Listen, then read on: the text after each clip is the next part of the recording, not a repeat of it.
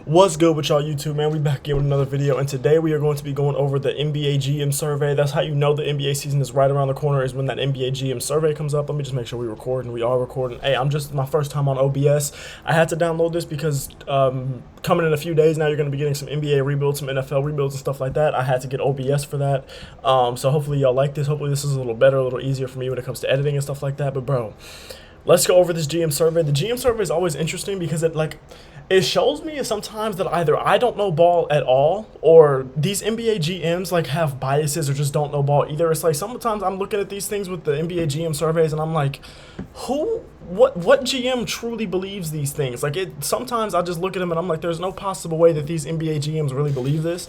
So let's go ahead, let's dive right into it. Let's see what these GMs are saying this year. NBA League Pass, I actually am getting that this year, so y'all about to be getting a lot of NBA content. Which team will win the 83% at the Celtics?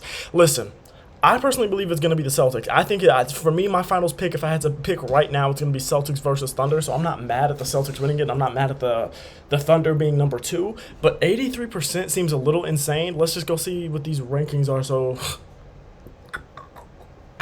they think Boston is going to destroy the East, bro. Oh my good God. They got New York up here. They got Philly up here. They don't believe in Milwaukee. To be honest, neither do I. I think they got better on the bench, but they don't believe in Milwaukee. Orlando's up here. Indiana's up here. They don't think Indiana has any chance to get a 3 seed. I kind of do. I think they have a chance. I don't think Cleveland is going to be like the 3% Cleveland on the 1 seed is insane. Like, do I think Cleveland could very well be the 2 seed? For sure. But barring injury, I don't see how anyone other than Boston is going to be the 1 seed, bro. Like, them boys won the Eastern Conference by 14 freaking games last year. Like, what? Like, what? This is very interesting. Western Conference ranking, OKC. So people think that after the Minnesota trade not people, the GMs in the NBA think that after the Minnesota trade, the GMs don't believe that Minnesota is going to be a 1 seed, but they believe that they're very easily, far and away, the best chance to be the 2nd seed, which is interesting. Because like, how do you have them 40% to be the 2nd seed, but then you don't have a single vote for 1st seed? You believe Phoenix could be the 1 seed, but you don't believe. That's got to be Kevin Durant bias, bro, because there is no possible way that anyone believes that Phoenix could be the 1 seed. At least 7% of GMs, right? 7% of the votes were Phoenix to 1 seed, right? Okay, whatever. But not 1% of the votes went to Minnesota for the 1 seed. I don't get that. I think the ceiling on this Minnesota, I don't know. Maybe I think the floor for this Minnesota team probably got higher. Maybe the ceiling didn't, but I don't think the ceiling for Phoenix got like a ton higher this year. They were in the play-in damn near last year. Like, they were literally the 6th seed last year. And I like the Memphis pick. I like Memphis being up here. I think Denver got a little worse. I think Dallas also got a little worse. Maybe not a little worse defensively for sure. So I like Dallas being down here. I like Memphis being up here. Golden State being a little high. I guess it's just because Steph Curry bias. No way they make the 4th seed though. Let's be real. There's absolutely no way the Warriors make the 4 seed. This is interesting so far. The Western Conference list is very interesting. Like, this list, okay. I don't get how you get here. I don't get how you think Golden State's going to be that high. This is so interesting to me. Who will win the MVP? Shea is a good bet. I'm not with this. I'm not with the Jason Tatum thing.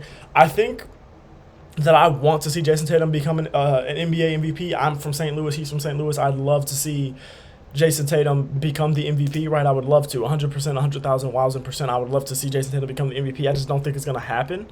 They won 64 games last year, and he wasn't even in real contention. Like, he was the 5th. Okay, whatever, cool. But, like, let's be real. None of us were really picking him to be the MVP. 7% for Joel Embiid is so disrespectful to me. Same with Jokic. Like, I think this is super disrespectful to me. I like this. I think the Luka Doncic MVP hype is high every single year, and he has yet to win it, so I don't know. We'll see. I do like Shea being here. What was he? He was 2nd last year. The team should be even better this year. So yeah, he'll probably get it. To be honest, very realistically, he could very well get it.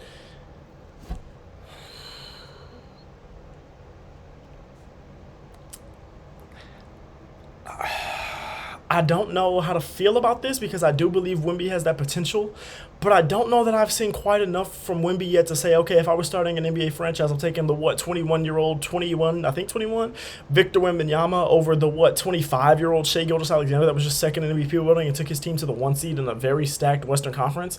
I don't know that I've seen enough from Wemby quite yet. Now, I get Wemby being up here, right? 100% I do, but over a 3-time MVP, does he have 3? He doesn't have 3. Because who won the? Did he win the MVP this year? Why am I blanking? So he has 3. Oh, he does have 3. I was about to say, did he win this year? And he did win this year. That's insane. Am I a hater? Maybe I'm a hater. I don't know. But I don't know. I just don't think 77% is like the potential's there. Please don't get me wrong. I'm not at all a Victor Wembanyama hater, but I don't know that I'm taking him over Shea right now. I don't know that I'm taking him over Luka or Jokic right now. To be real, I just don't. Now, do I believe he could be the next face of the league? 100,000%. He gives off that vibe. He gives off that energy. He feels like he takes the game super seriously and a super competitive guy. And he's obviously immensely talented and is a freak of nature. So maybe he might be my number 1, but I just don't know that I would take him 77% of the time over anyone else in the league. I can't say that. Yeah. I think having these two guys 1 and 2 are very valid. With Stephen Curry, you literally have to change the way you play the whole game defensively. Like, you literally cannot have any lax moments on defense, especially with whoever's going to be guarding him off the ball, because you know he's going to be running 7 miles a game off the ball. With Luka Doncic, you have to account for his shooting. His passing also is the biggest thing with him. Like, you can't, when you want to key in on him, it's like, well, damn, then what are you going to do with Kyrie? What are you going to do with Clay? What are you going to do with those lobs? How are you going to stop the pick and roll? Because he's the best pick and roll player in the league. I like this. I'm not mad at this at all. Okay. I don't know how we're saying Ja Morant breakout season. He won most improved player. Ja Morant's a guy that we know is a star. Ja Morant's a guy that we kind of all believe is a star, at least a star in this league. So I'm not so sure how Ja Morant's up here. I do like Jalen Williams being up here, but I'm not as high on Jalen Williams as everyone else is. I think Evan Mobley should be 1. I think Victor Wembanyama should be 2. Maybe Paolo Banchero should be 2. I like the Cade Cunningham pick, and I'm a really, really, really big fan of the Brandon Miller pick. I like the LaMelo Ball thing here. Anthony Edwards just kind of had a breakout season, but I do think this is a year where, like, this is one of those years where Anthony Edwards could either just be another star year, or he could be like an MVP pick, depending on how great he does. I like the Derek Lively pick. Tyrese Maxey just won most improved player. Trey Murphy III. Interesting. Keegan Murray. Interesting. Andrew Nembhard. I'm not high on Alperen Sengun. Cam Thomas, I don't think is going to have a breakout year. I think he'll have probably his best scoring year of his career, but I don't think his efficiency is going to be there. I like the Amen Thompson pick. I'm not a huge fan of the Asar Thompson pick. I'm not super high on Jalen Williams. I think it should be like Evan Mobley, Wemby, Paolo. I think those should be probably like the top 3, and then you can go with the Jalen Williams, the Brandon Millers, the Cade Cunninghams. I think Cade Cunningham will have a much better year this year. I think Brandon Miller is a guy that is very, very, very, very good at basketball. I think he is a guy that can be a star in this league someday, so I'm not mad at that. Best point guard in the NBA. Okay, I guess if we're counting Devin Booker as a point guard, but are we saying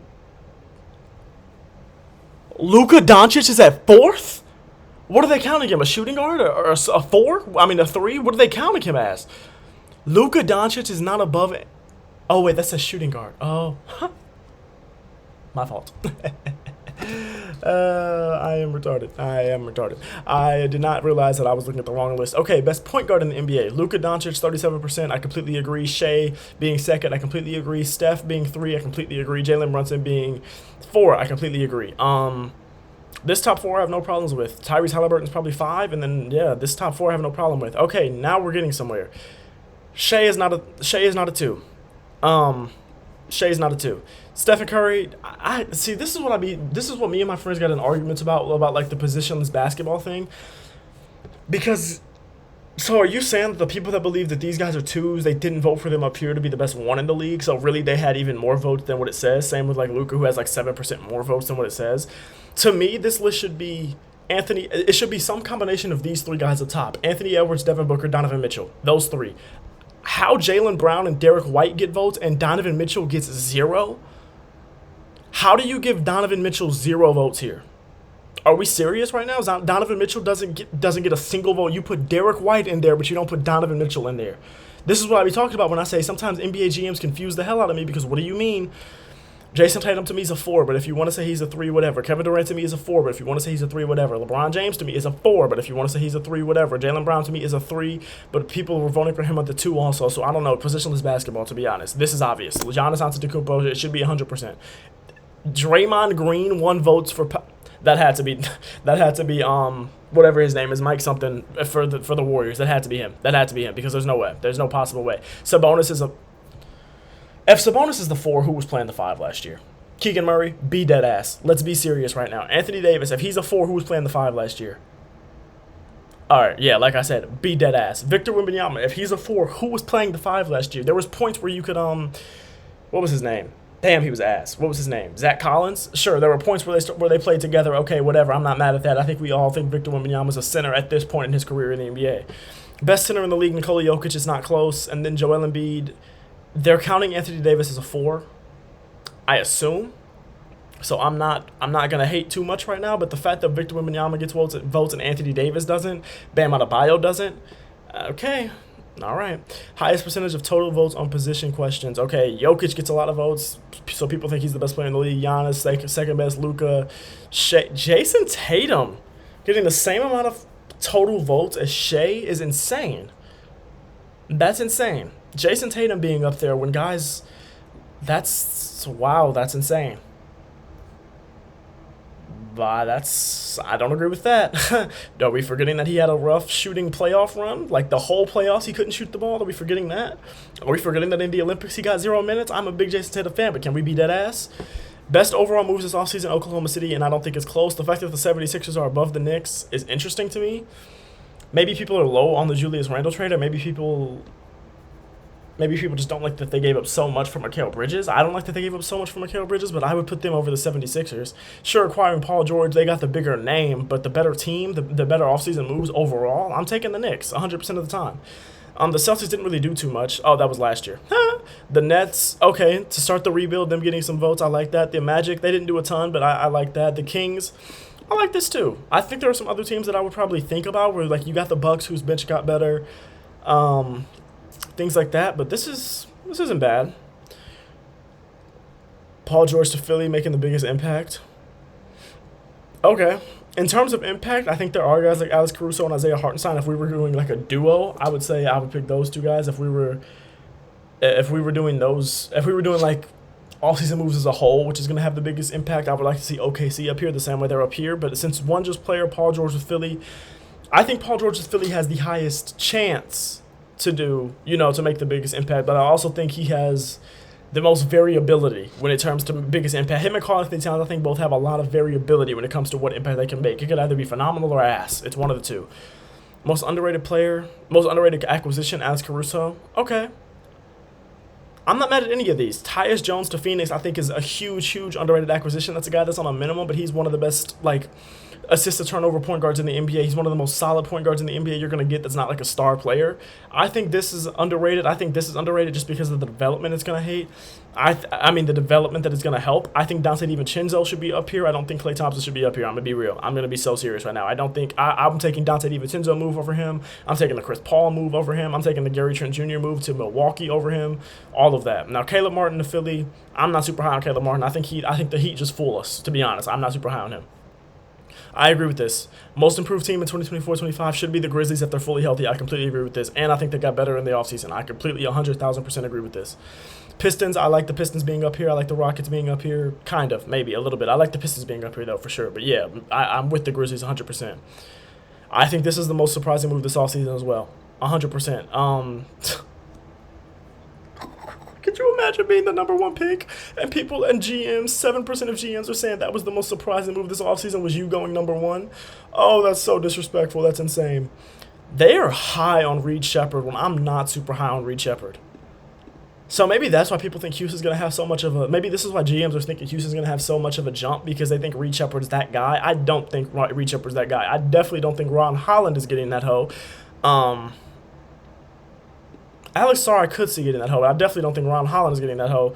Zach Edey, I could 100% seeing it because I feel like his impact as a starting center is going to be huge, especially when you have guys like John Morant coming back. I think they're going to get a lot more wins this year than they did last year, and I think some people will put a lot more of that on Zach Edey than he will actually have. But if that pick and roll or whatever, if he gets that rebounding numbers, if he's a good rim protector, if Zach Edey could come in and be a serviceable center for Memphis, he could very well win it.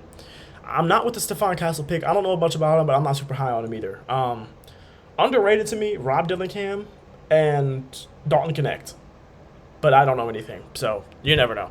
Best player in 5 years. Wow, these guys are high on Reed Shepherd, bro. I mean, this isn't a great class, so it's not saying a whole bunch. You know what I'm saying? 5 years ago was Zion Williamson. Wow. I was wrong.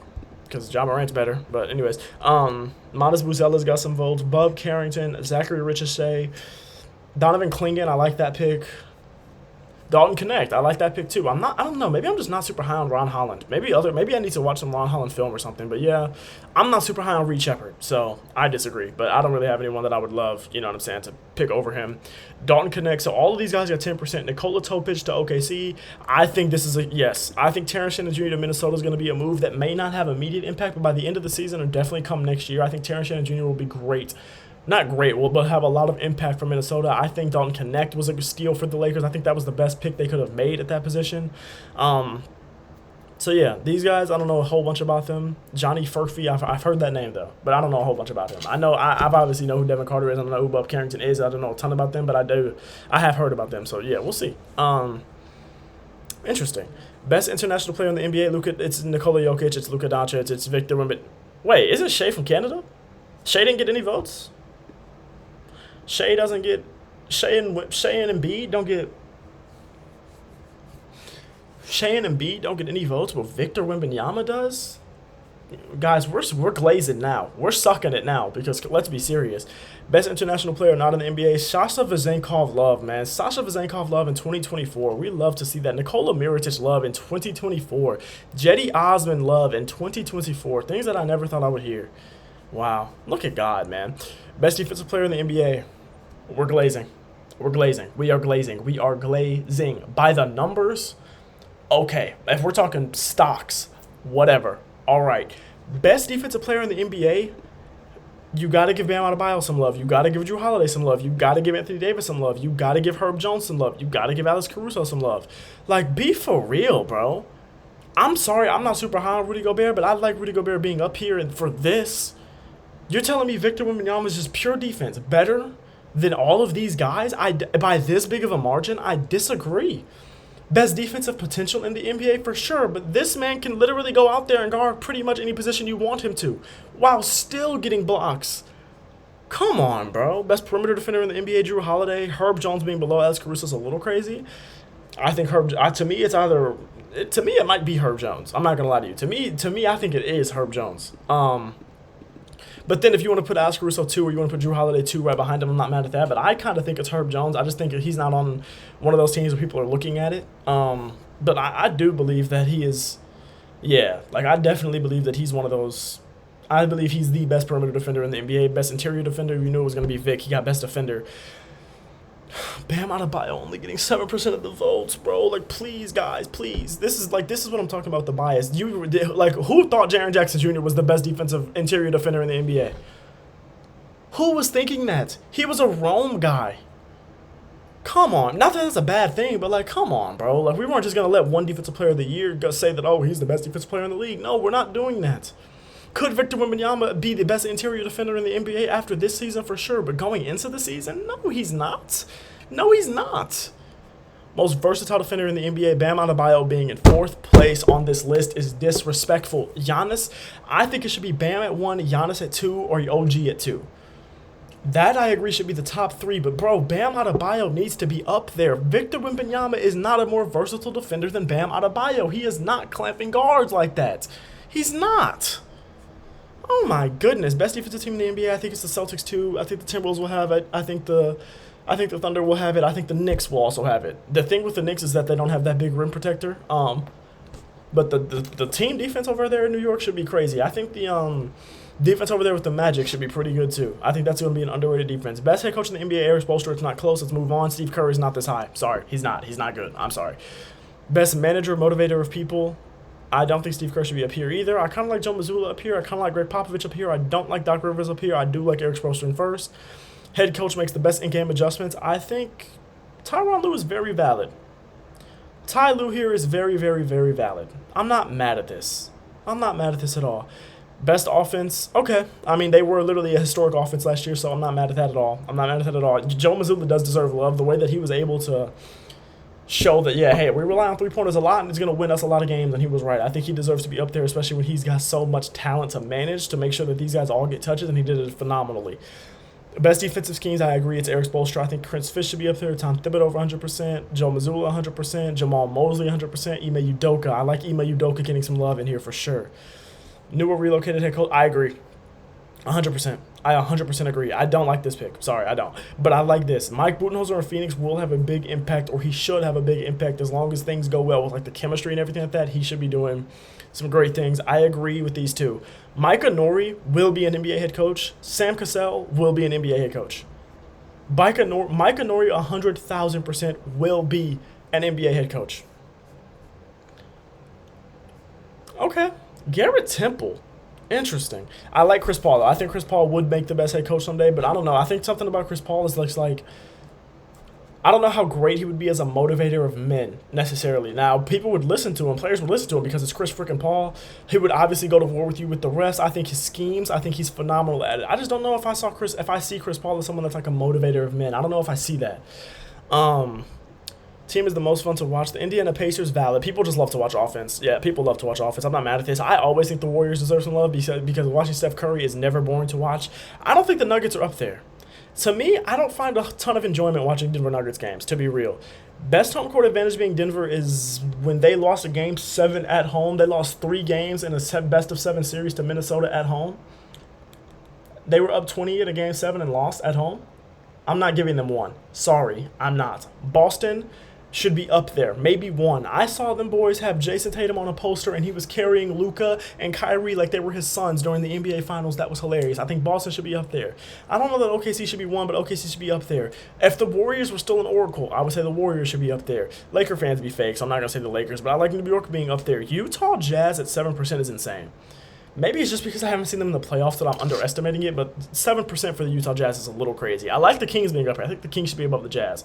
That light the beam thing and everything, maybe that was just because they were playing the Warriors that year, but their home fans were rocking. Most efficient offense, the Boston Celtics for sure. I think they'll probably be the best scoring offense, but most efficient offense, it should be the Celtics. It 100% should be the Celtics. You could say the OKC Thunder would be up there, but I think they rely on mid-ranges too much to necessarily be the most efficient offense. Level of success this season is the toughest to predict. Yeah, I mean, it's always the Lakers. I think it's always the Lakers, and I think the Suns should be probably second. I think the Suns should be second. I kind of like all of these Western Conference teams being up here.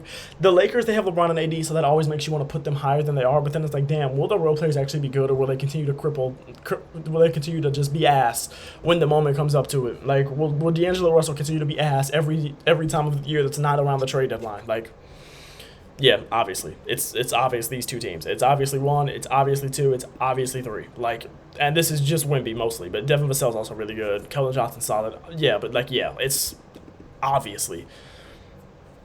Most athletic being Anthony Edwards. Yeah, I like Amin Thompson being up there. I like Giannis being up there. I like John Morant being up there. Both of the Thompson twins being up there. I love that. But yeah, these guys all deserve to, yeah, Anthony Edwards is a freak athlete for sure. Best pure shooter, the fact that he didn't get 100% of the votes is kind of crazy. Fastest with the ball, they call him, well, I mean, his last name is Fox, but like, you know what I'm saying. They call him, he's a freak. Yeah, best moving without the ball, Steph Curry, 1,000%. Best passer, Nikola Jokic, I'm not mad at that. Josh Giddey getting 3%, I disagree. I think LeBron's a better passer than Josh Giddey, but what do I know? Best leader, Steph Curry. I'm not mad at it, but I think you could draw some question marks with that when it comes to, the fact that the whole Draymond thing and everything like that. I just think Draymond's one of those guys that you can't really contain him. So, but Steph Curry being 1, I'm not mad at that. I think LeBron should be higher than Jalen Brunson, but Steph Curry being 1, I'm not mad at that. Most versatile player in the NBA, yeah, it's Giannis. It's Giannis. Best basketball IQ, I might give that to LeBron. I'm probably giving that to LeBron over Jokic, especially defensively. I'm giving that to LeBron over Jokic. Which player would you want taking it? Yeah, can we stop that Steph Curry's not clutch now, please? Can we stop that? Oh, Steph Curry's not clutch narrative now? I know he just won clutch player of the year and everything, but people are still going to say it.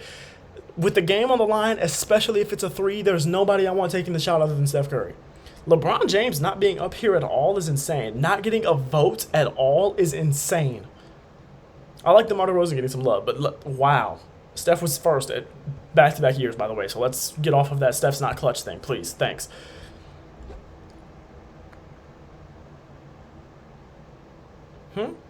Roster construction, apron rules, trade math to restrict. Oh, I see what they're saying. Okay, I mean, yeah, fewer games and/or back-to-backs for player health, for agency before the draft. That, I mean, yeah, that would change a lot of things in the NBA, but like I don't know if that's necessarily a big thing. Return to a one-day draft on that. I think we should do something with the 18-year-olds being allowed in the draft. But what do I know? That is the full NBA GM survey for this year. A lot of interesting things in this for me. I really went through all 50 things, so this is a little bit of a long video where I was yapping, but some things that are interesting to me that stood out. Victor Wembanyama being a little bit overrated based on his potential as opposed to where he is currently, and Nikola Jokic is a guy that I think NBA GMs love a little more than I love. Joel Embiid's a guy that's getting pretty disrespected. Is there anything else that I'm seeing? People are really high on the Thunder. People are really high on the Celtics. Nothing surprising with that.